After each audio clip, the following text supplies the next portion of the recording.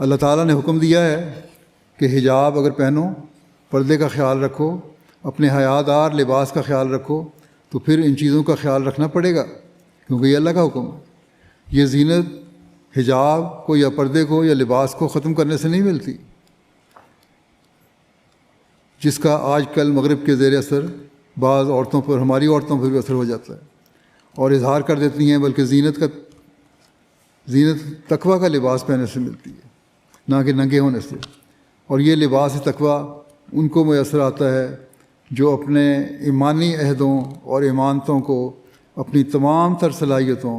اور استعدادوں کے ساتھ پورا کرنے کی کوشش کرتے ہیں۔ بس ہمیشہ یاد رکھیں کہ اللہ تعالیٰ نے جو احکامات دیے ہیں ان کے اوپر چلنے کی کوشش ہم نے کرنی ہے،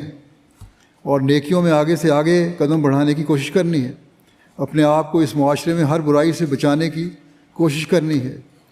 برائیاں یہاں خاردار یا کانٹوں والی جھاڑیوں کی طرح ہمارے راستے میں حائل ہیں، اور کہیں سے بھی یہ خاردار جھاڑیوں میں، کانٹے دار جھاڑیوں میں ہمارا لباس اٹک سکتا ہے، یا ہمیں یہ کانٹے دار جھاڑیاں زخمی کر سکتی ہیں، یا ہمارے کپڑے پھاڑ سکتی ہیں، جس سے ہماری زینت جو ہے اس کو نقصان پہنچتا ہے۔ بس ہمیشہ استغفار کرتے ہوئے، دعا کرتے ہوئے، اللہ تعالیٰ کا خوف کرتے ہوئے، اللہ تعالیٰ کے حصار میں آنے کی کوشش کرتے ہوئے اپنے آپ کو ان خاردار کانٹوں والی جھاڑیوں سے بچانے کی کوشش کریں،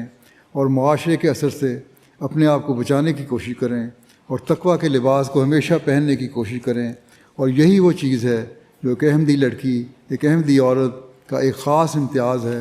اس کو حاصل کرنا بہت ضروری ہے۔